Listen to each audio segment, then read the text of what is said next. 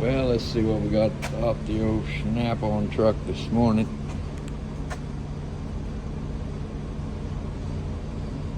They didn't do a very good job of etching the Snap-on there. I can't even read the part number. Then I got a couple pry bar hangers and a 3-pack of magnetic can holders.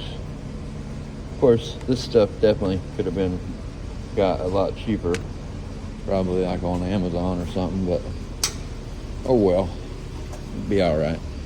Let's see here. We can put the old big pry bar in there. What happens? Yeah, it holds it.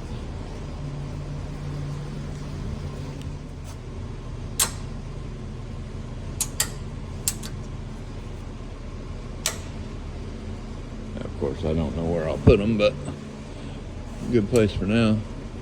See how it does. Oh yeah. Throw a couple more up there just for the heck of it. Need some more room.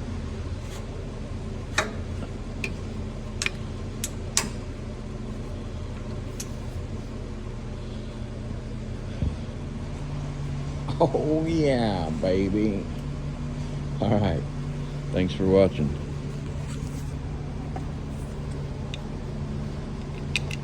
Hope y'all have a great day.